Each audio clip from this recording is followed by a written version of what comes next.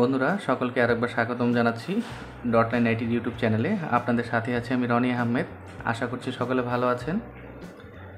বন্ধুরা, আজকে যে বিষয়টা নিয়ে আলোচনা করব এটা হচ্ছে একটি ভিক্টাস ল্যাপটপ। ভিক্টাসের এটা গেমিং ল্যাপটপ বলা চলে।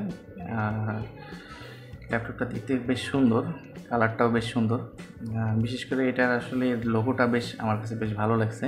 ভিক্টাসের ভিটা খুব সুন্দর এবং এই কালারটা বেশ সুন্দর একটা কালার।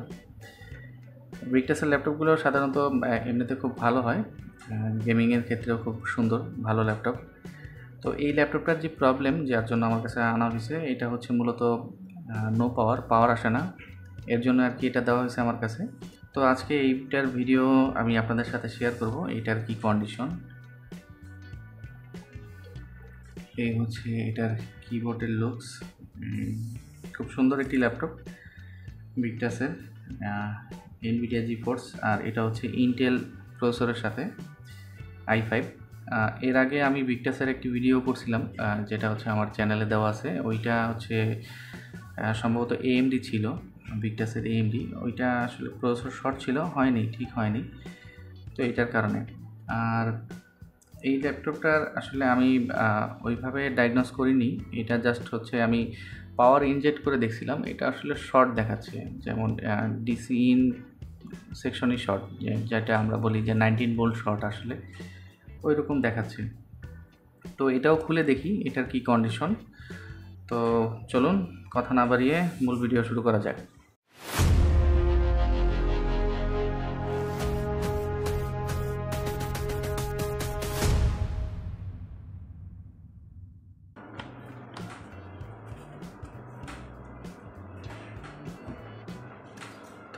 এই হচ্ছে এর ভিতরের কন্ডিশন, আসলে টোটাল ফ্রেশ বলা যায়।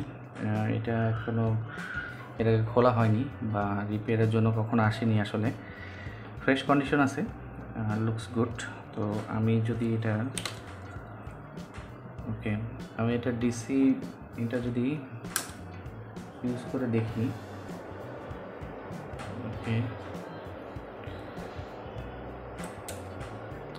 এটা আসলে শর্ট।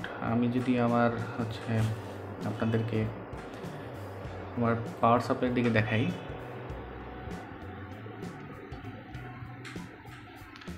তো এ হচ্ছে আমি প্রপটা ইউজ করছি। আপনারা দেখবেন যে এটা আসলে শর্ট, 19 ভোল্ট শর্ট হয়ে গেছে, আসলে শর্ট থাকা অবস্থায় এতবার প্লাগ ইন না করা উচিত।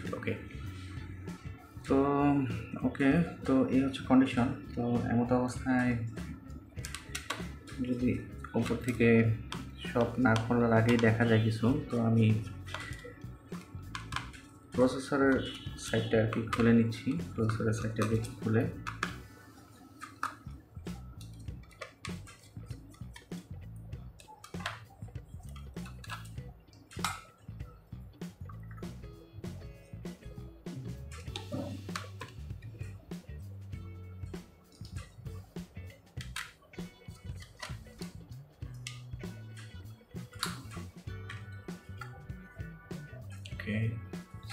সিল খুলে নিলাম।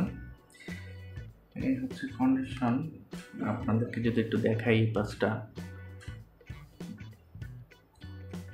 এই হচ্ছে এর পার্ট নাম্বারটা হচ্ছে DAG3PAMB8D0, রিপ ভার্সন হচ্ছে D। এখানে ছোট করে একটা শর্ট মডেল নাম্বার দেওয়া আছে, এটা হচ্ছে G3PA। এই পর্যন্ত এই আছে, এই পর্যন্ত দেওয়া আছে। তো এই পাশে আসলে ওইভাবে তেমন কোনো কিছু দেখা যাচ্ছে না, মোটামুটি একদম ফ্রেশ। আর পেস্টগুলো আপনারা দেখছেন যেটা আছে এখানে, হিট প্রুফ টেপ ছিল আর কি, যেটা আমরা বলি, বা থার্মাল প্যাড ছিল, যেগুলো আসলে হিটের কারণে গলে গেছে। এগুলো হয় কি যে আপনার কিছুদিন ব্যবহার পরে, এটা একটা সময়ের পরে আপনাদেরকে ভালো মানের প্যাডগুলো আসলে আবার চেঞ্জ করে নিলে ভালো হয়। এতে মেশিনের হিটগুলো আর কি মাদারবোর্ডের ক্ষতি করতে পারে না। তো চলুন আমরা এটা পুরোটা খুলি। আমার মনে হয় বোর্ডটা খুলে দেখতে হবে, পুরোটা খুলে তারপরে আবার আপনাদেরকে দেখাচ্ছি। এই হচ্ছে এর মাদারবোর্ডটা আমি পুরোপুরি খুলে নিছি। আর এই হচ্ছে এই পাশের কন্ডিশন, মোটামুটি বেশ চকচকা ফ্রেশ দেখা যাচ্ছে আর কি, একদম নিট অ্যান্ড ক্লিন আপনারা দেখছেন যেমনটা আসলে। ওকে, তো এর আসলে হচ্ছে 19 ভোল্ট শর্ট। ওকে, আমি মিটারটা কি ইউজ করি দেখি আসলে শর্টিংয়ের বিষয়টা কিছু বোঝা যায় কি না। এই হচ্ছে বায়োস, হেলদি আছে, আর এদিকে আছে কিছু কয়েল অনুযায়ী আসলে শর্ট ডিটেক্ট করে কি না সেটাও একটু দেখে নিচ্ছি।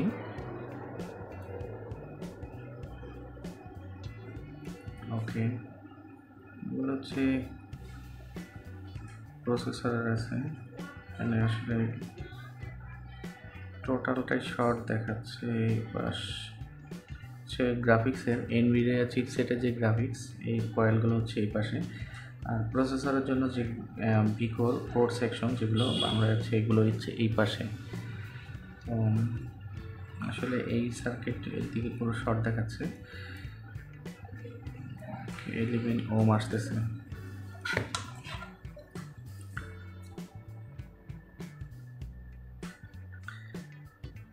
ওকে, আচ্ছা সেন্সিং ডিস্টেন্স, সেন্সিং দেখি।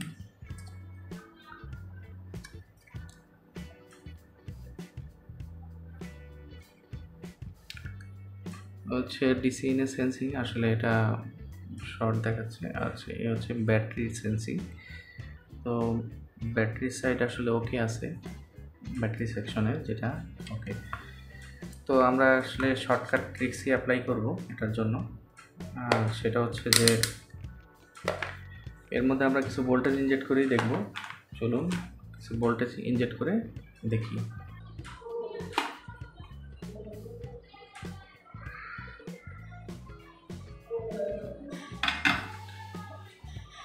আমি একটা ওয়্যার নিয়ে নিছি, আর হচ্ছে ভোল্টেজ 3 ভোল্টেজ আর কাবি আপাতত সেট করে রাখছি।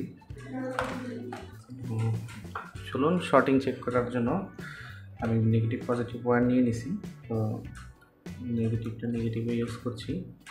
3 ভোল্টের মতন সেট করছি আর কি, খুব হাই আর কি উঠাচ্ছে, খুবই হাই। তো আমি ভোল্টেজ আরেকটু আসলে কমিয়ে দিই। ওকে, তো এটা হচ্ছে আমার হচ্ছে গ্রাফিক্সটা নিয়ে আসলে সন্দেহ আছে যে গ্রাফিক্সটাই কি শর্ট হয়ে গেছে কিনা। তো এটার জন্য আসলে আমাকে ডিসি প্রবের মধ্যে ভোল্টেজ ইনজেক্ট করতে হচ্ছে চেকিংয়ের জন্য। ভোল্টেজ বেশ হাই।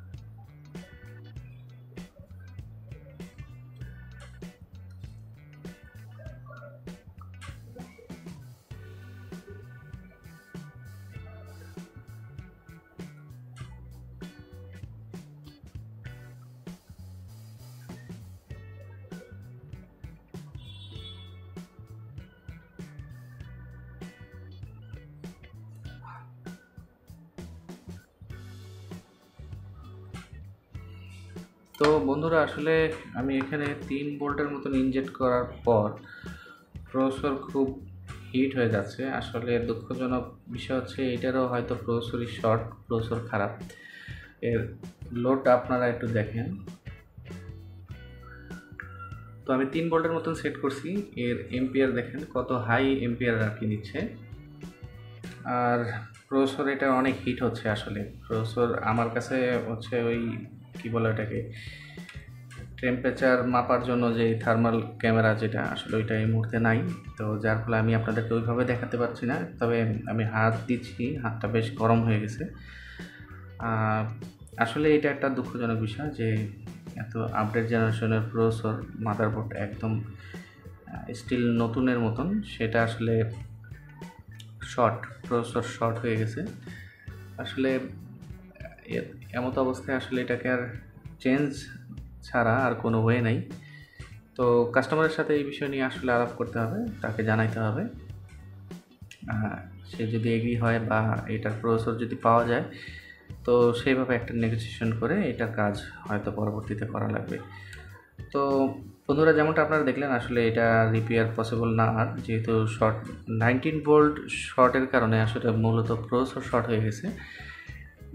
খুবই দুঃখজনক বিষয়। আসলে আমি এর আগের ভিডিওতেও বলছিলাম, আসলে ম্যানুফ্যাকচার যারা আছেন তাদের আসলে এই বিষয়টার দিকে আরেকটু যদি নজর দেয়, তারা আরেকটু ভালো ইমপ্রুভ করতে পারে, যে আসলে 19 ভোল্ট শর্ট বা 3.3 বা 5 ভোল্ট শর্ট, হ্যাঁ, তো এই ধরনের শর্টিংগুলোতে যে প্রসেসর অল্পতে শর্ট হয়ে যাওয়াটা, এটা যদি আরেকটু হ্যাভি করা যায়, যে একটু ভালো করা যায়, যে শর্ট যাতে না হয় এভাবে আসলে। তারপরে ইলেকট্রনিক ডিভাইস নষ্ট তো হবেই, আর ঠিক করার জন্য সলিউশন নতুন নতুন বের করতে হবে। আজকের ভিডিও মূলত এই পর্যন্তই। ভিডিওটি ভালো লাগলে অবশ্যই এটি লাইক দিবেন, আপনার বন্ধুর সাথে শেয়ার করতে পারেন। আমার চ্যানেলে নতুন বা প্রথমবার হয়ে থাকলে অবশ্যই বলবো চ্যানেলটি সাবস্ক্রাইব করে দিবেন, বেল বাটনে প্রেস করে অল সিলেক্ট করে রাখবেন, যাতে আমার পরবর্তী ভিডিওগুলো খুব সহজে আপনাদের কাছে পৌঁছে যায়। তো আজকের মতন এখানেই আমি বিদায় নিচ্ছি। সকলে ভালো থাকবেন, সুস্থ থাকবেন।